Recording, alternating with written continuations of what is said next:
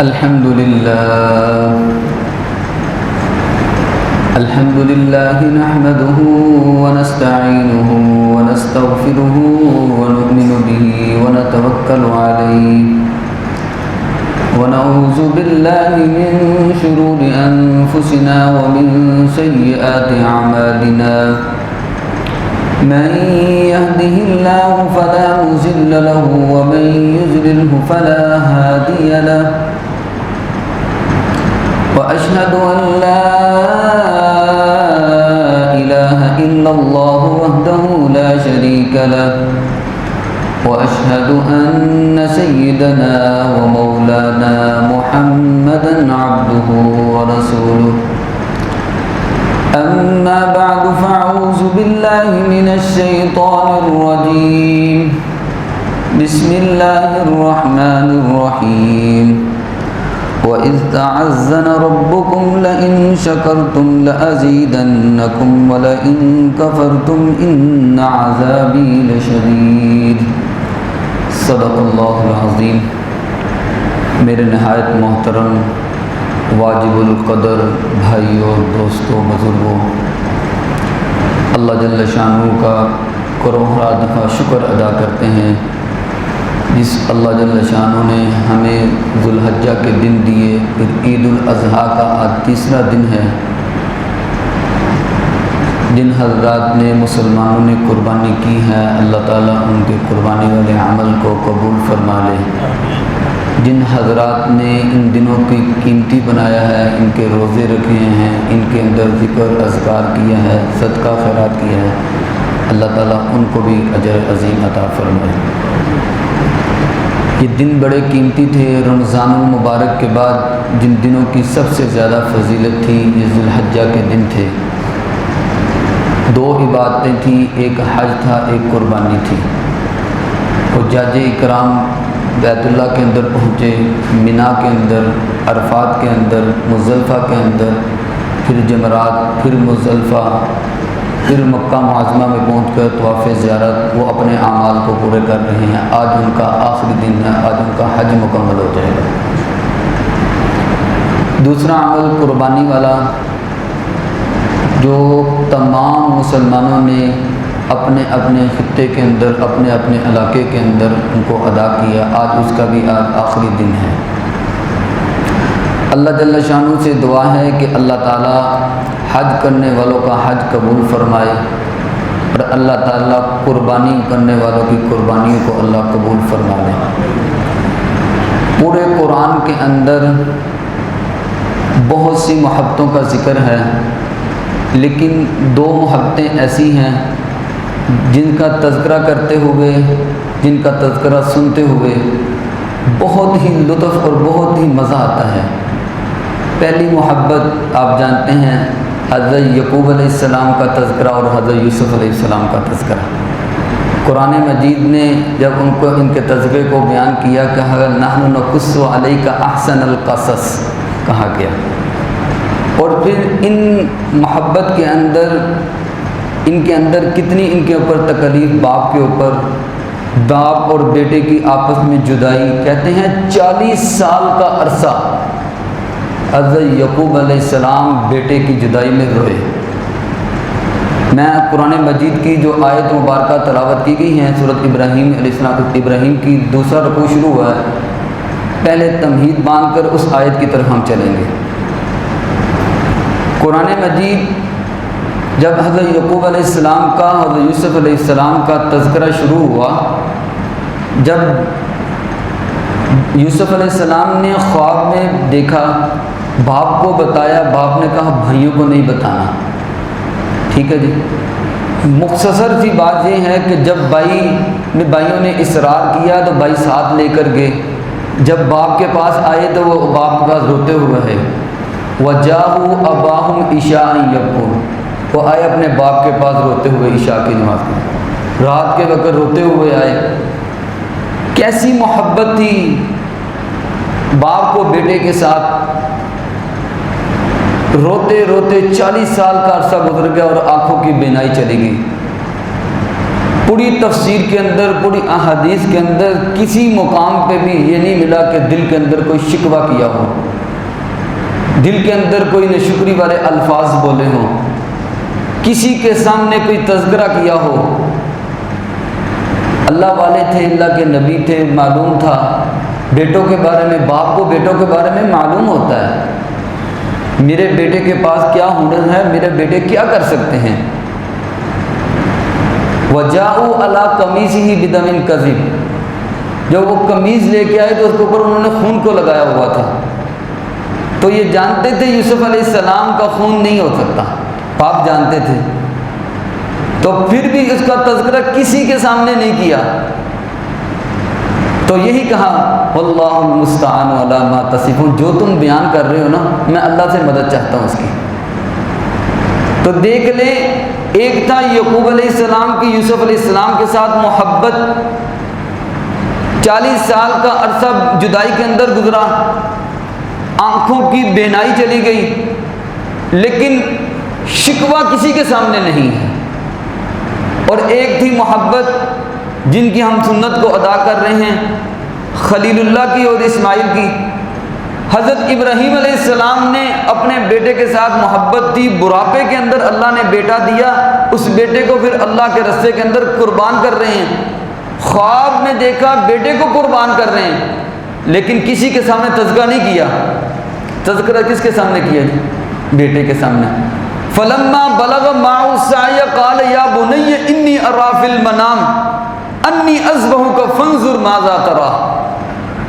کسی کے سامنے تذکرہ نہیں تھا، کس کے سامنے تذکرہ تھا؟ بیٹے کے سامنے تذکرہ تھا۔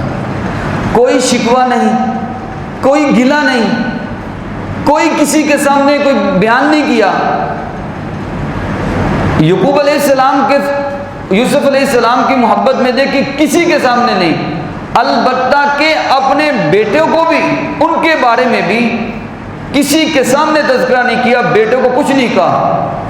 قرآن کا ترجمہ اٹھاتے ہیں، قرآن کی آیات سے سمجھ لگتی ہے واللہ المستعان علی ما تصفون، کہا کہ جو تم بیان کرتے ہو نا میں اللہ سے مدد چاہتا ہوں، میں صبر کرنے والا ہوں۔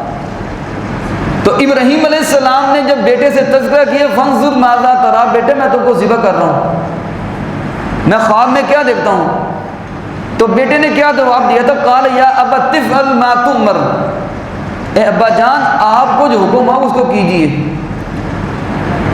ادھر بھی المحبت کا تقاضا تھا، بیٹے اور باپ کی محبت تھی، باپ اور بیٹے کی محبت، یہاں پہ بھی باپ اور بیٹے کی محبت تھی۔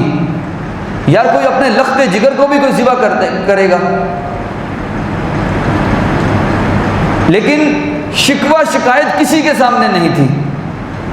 اب آئیں جو قرآن کی آیت تلاوت کی گئی ہے، وَإِذْ تَعَذَّنَ رَبُّكُمْ لَئِن شَكَرْتُمْ لَأَزِيدَنَّكُمْ۔ ذرا میں اور آپ غور کریں، اللہ جل شانہ نے مجھے اور آپ کو کتنی نعمتوں سے نوازا ہے، ان گن نعمتوں سے ہمیں نوازا ہے۔ نوازا ہے کہ نہیں نوازا؟ میں اگر بیان کرنا چاہوں ہمارے پاس ٹائم اتنا نہیں، لیکن اللہ کی نعمتوں کو ہم شمار نہیں کر سکتے۔ اسی صورت کے اندر آگے چلیں، قرآن مجید میں فرمائے گا وَإِن تَعُدُّوا نِعْمَةَ اللَّهِ لَا تُحْصُوهَا إِنَّ الْإِنسَانَ لَظَلُومٌ كَفَّارٌ۔ تم اپنے رب کی نعمتوں کو شمار کرنا چاہتے ہو تو نہیں کر سکتے۔ انسان اپنے اوپر خود ظلم کرنے والا ہے، زیادتی کرنے والا ہے۔ اللہ نے کتنی نعمتوں سے مجھے اور آپ کو نوازا، ہم اللہ کی کتنی ناشکری کرتے ہیں۔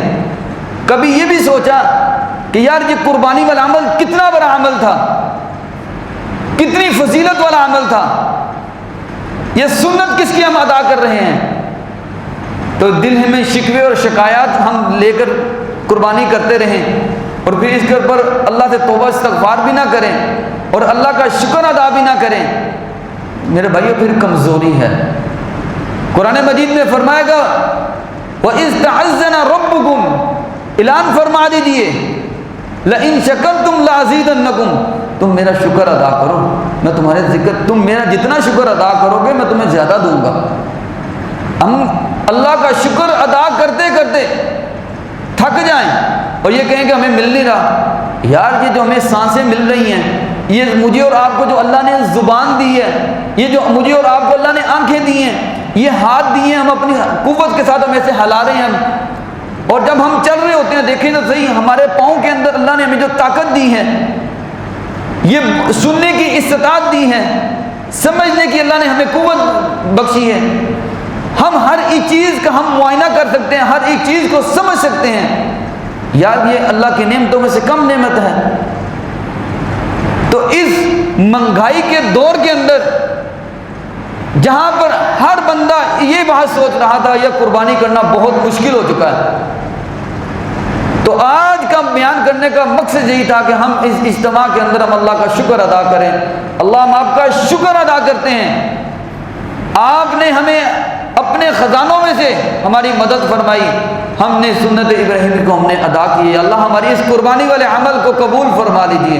ہم کمزور ہیں، ہمیں مانگنا نہیں آتا تھا، ہمارے پاس اتنے وسائل نظر نہیں آ رہے تھے، لیکن اللہ نے انتظام فرما دیا۔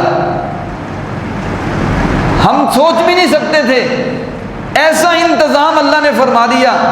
گھر کے اندر بیٹھے ہوئے تھے اور جب باہر قربانی ہو رہی تھی، ہم اللہ کا شکر ادا نہ کرتے؟ ہم اللہ جی ہم آپ کا شکر ادا کرتے ہیں۔ کتنے ہی ایسے مسلمان لوگ ہیں جن کے پاس مال نہیں تھا، قربانی نہیں کر سکتے تھے، لیکن انہوں نے بھی شکر ادا کیا۔ اللہ جی جنہوں نے کیا ان کو تو زیادہ شکر ادا کرنا چاہیے تھا، کیونکہ جتنا شکر ادا کرو گے اللہ اتنا ہی زیادہ ہمیں دیں گے۔ یار کوئی چیز ہم سے کو مانگنے کے لیے آ جائے نا، ہم اس کو اپنی حیثیت کے مطابق زیادہ ہی دیتے ہیں کہ نہیں دیتے؟ کیوں دیتے ہیں؟ یا یہ فلاں جگہ پر جا کر میرا تذکرہ کرے گا، یار اللہ جل شانہ کیوں کہتا ہے فَبِأَيِّ آلَاءِ رَبِّكُمَا تُكَذِّبَانِ، اے جن و انس تم میری کن کن نعمتوں کا تم انکار کرو گے؟ اس نے مجھے اور آپ کو کن کن نعمتوں سے نوازا ہے، تو کیا ہم اللہ سے جب مانگیں گے تو اللہ جل شانہ ہمیں کبھی رسوا کریں گے؟ آج تک اس نے رسوا نہیں کی اس کی ذات نے، تو آنے والے وقت میں کیسے ہمیں رسوا کر سکتے ہیں؟ یہ تو معاملات اللہ کے ساتھ ہیں، قربانی والا عمل اللہ کے لیے کر رہے ہیں، تو کیوں نہ اللہ کا شکر ادا کریں؟ کیوں نہ اللہ کے حضور توبہ استغفار کریں، یا اللہ ہمارے اس عمل کو قبول فرما لینا، ہمیں دکھلاوے سے بچا لینا، ہمیں ریاکاری سے بچا لینا۔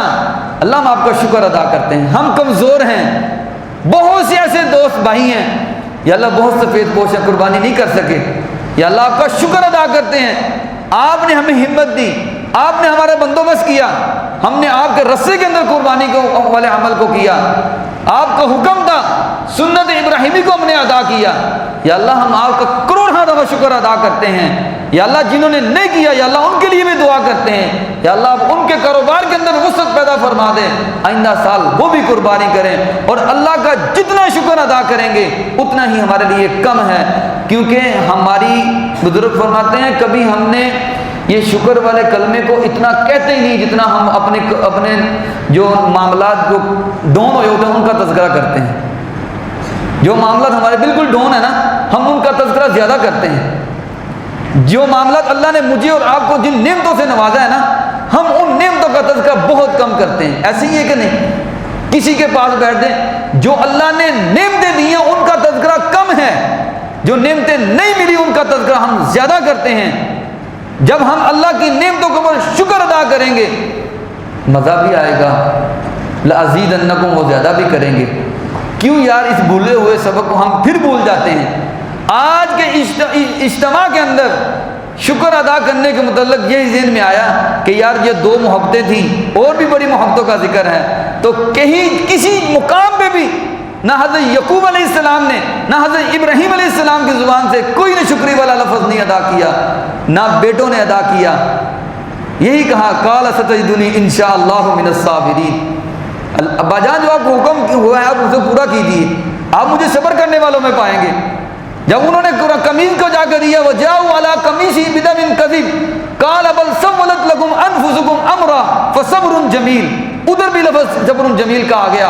یعقوب علیہ السلام نے کیا کہنے لگے میں صبر کرتا ہوں، کوئی شکوہ نہیں، 40 سال کے عرصے کے اندر کسی کے سامنے کوئی گلہ نہیں، کوئی شکوہ نہیں کیا۔ کیا میں اور آپ 60 سال کی عمر کو پہنچ چکے، 40 سال کی عمر کو پہنچ چکے، ہمیں ذرا سا نقصان ہو کہ ہم اس کے اشتہار لگا دیں؟ ہم اس کے لیے جناب چرچے کرنا شروع کر دیں، ہم اس پہ بھی اللہ کا شکر ادا کریں کہ اللہ ہم آپ کا شکر ادا کرتے ہیں، آپ نے بہت سی نعمتوں سے نواز دیا، بہت سے لوگوں سے ہمیں آپ نے اچھا کھلا رہے ہیں۔ کبھی غور تو کیجئے، جون جولائی کے اندر جو بھائی روڈوں کے اوپر مزدوری کر رہے ہیں، آپ دکان پہ بیٹھ کے مزدوری کر رہے ہیں، کہیں اگر آپ کو جون جولائی کے مہینوں کے اندر سڑکوں کے اوپر، روڈوں کے اوپر ایسی صفائی والا عمل، کلی کرنے والا عمل کرتے تو کتنا مشقت ہوتی، کر سکتے تھے؟ کولر لگا ہوا ہے، اے سی لگا ہوا ہے، دفتر کے اندر بیٹھے ہوئے ہیں، پھر بھی اللہ کی ناشکری کر رہے ہیں، اللہ ناراض ہوں گے بھائیو، اللہ ناراض ہوں گے۔ تو اس لیے موقع ہے، آئیں اللہ کا شکر ادا کریں۔ ہم کمزور ہیں، ہم بہت کمزور ہیں، جب ہم اللہ کا شکر ادا کریں گے وہ ذات بہت نوازے گی، اتنا نوازے گی شاید میری اور آپ کی سوچ بھی نہ ہو کہ ہمیں وہاں سے اللہ رزق دے گا جہاں سے میرا اور آپ کا گمان بھی نہیں ہے۔ قرآن مجید کی جو آیت مبارکہ تلاوت کی گئی ہیں اس کے اندر اللہ جل شانہ نے ارشاد فرمایا وَإِذْ تَأَذَّنَ رَبُّكُمْ لَئِن شَكَرْتُمْ لَأَزِيدَنَّكُمْ وَلَئِن كَفَرْتُمْ، اگر تم نے شکری کرو گے اِنَّ عَذَابِي لَشَدِيدٌ، بے شک میرا عذاب کیا ہے، بڑا سخت ہے۔ آئیں اللہ سے دعا کریں کہ اللہ تعالیٰ جن لوگوں نے قربانی کی ان کے قربانی والے عمل کو قبول فرمائے، جو اللہ تعالیٰ نے مجھے اور آپ کو نعمتیں دی ہیں اس پر اللہ کا شکر ادا کریں۔ اللہ تعالیٰ سے دعا ہے اللہ تعالیٰ میرا اور آپ کا خاتمہ ایمان پہ فرما دیجیے۔ سنتے ہیں دعا فرما۔